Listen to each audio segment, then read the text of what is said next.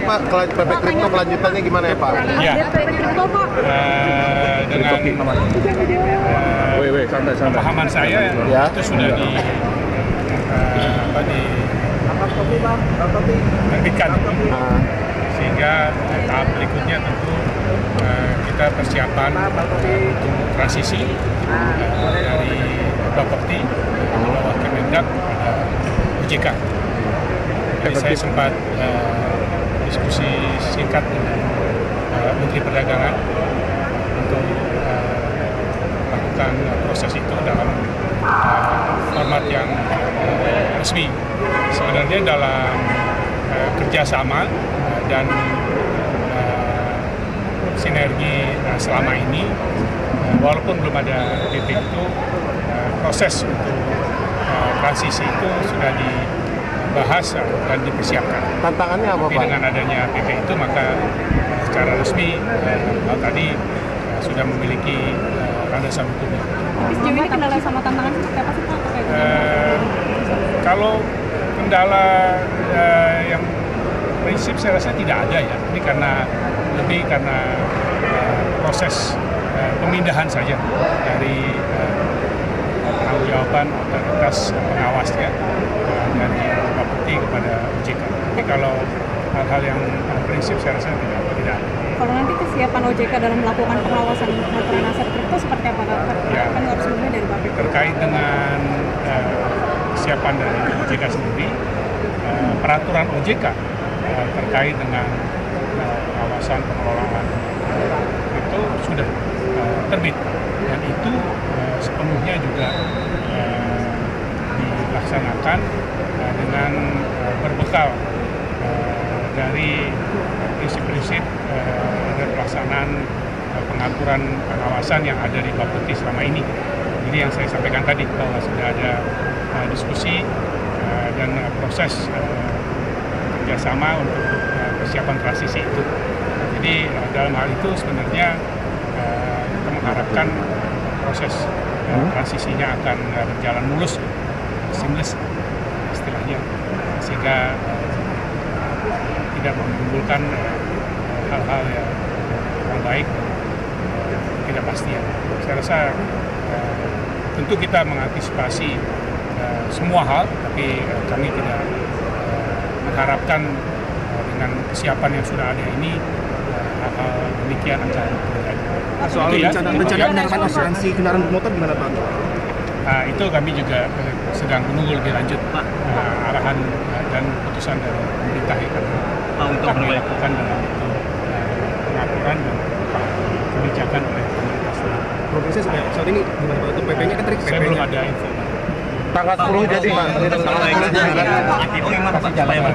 Kalau target transaksi kriptonya tahun 2025? Oh, ada target. Saya rasa kita targetnya untuk pengelolaan dan proses transisi yang mulus dulu. Pak, soal tadi peningkatan kualitas IPO derivatif, peningkatan kualitas IPO Pak. Tentang keuangan itu udah masuk ke kurikulum sekolah. Nah, kita sedang berupaya. Jadi kita sudah sering kerjasama dengan Kementerian Pendidikan, sudah sering. Tetapi harapan kita masuk ke dalam kurikulum. Jadi masuk ke dalam kurikulum sekolah. Kalau bisa mulai dari SD, pengenalan uang, pengelolaan keuangan, dari SMP, SMA, kuliah juga jangan cuma yang fakultas ekonomi bisnis, karena mereka pasti udah ngerti. Tapi dari semua fakultas gitu. Jadi kami menyambut baik. Harapannya nanti kita sudah minta waktu untuk audiensi dengan Pak Pratikno, kan beliau membawakan itu ya sebagai Menteri Koordinator, nanti juga dengan Menteri Pendidikan. Kita harapannya untuk bisa masuk kurikulum, doain ya. Kenapa betul itu? Ya nggak tahu, bukan di tempat. Kalau kita nyiapin materinya, jadi nanti dari kalau disambut dengan baik kita dengan akan sangat senang. Karena apa? Karena kemampuan pengelolaan keuangan itu harus dimiliki. Teman-teman sebagai media harus bisa ngelola keuangan juga, ngerti investasi juga, ngerti asuransi, ngerti dana pensiun. Karena itu keahlian yang harus dimiliki semua orang, apapun profesinya, minatnya dan lain-lain, harus ngerti tentang keuangan. Jadi aku senang banget tadi Bu Sri Mulyani mengatakan begitu. Dan beliau itu kan bersama kita udah sejak lama, sejak saya di bursa ya.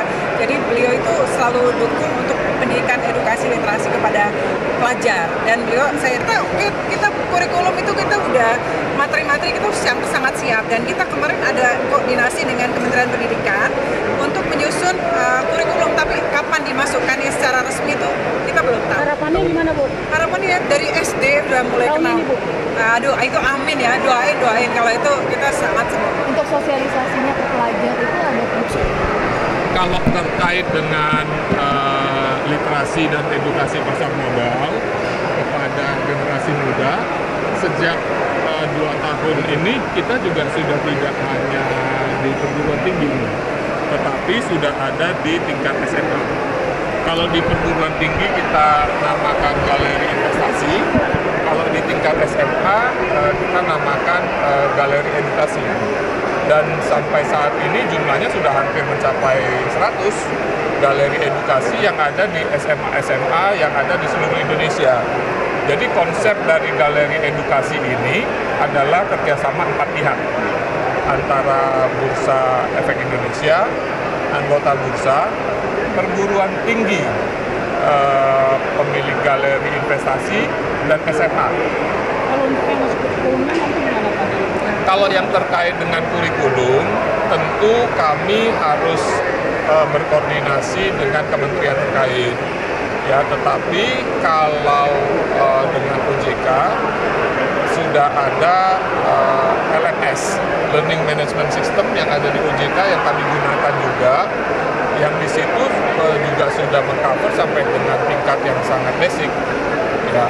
Dan kalau teman-teman ingat di awal-awal setelah pandemi, dalam murid-murid TK inilah yang nanti akan menjadi investor pasar modal kita.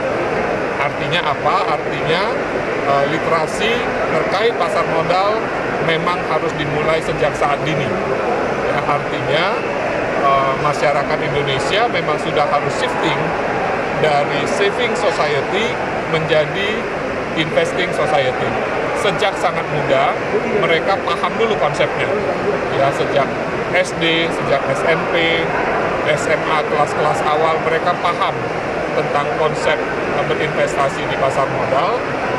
SMA kelas 3 atau kelas 12 sampai dengan mahasiswa, mereka sudah bisa masuk dalam program inklusi.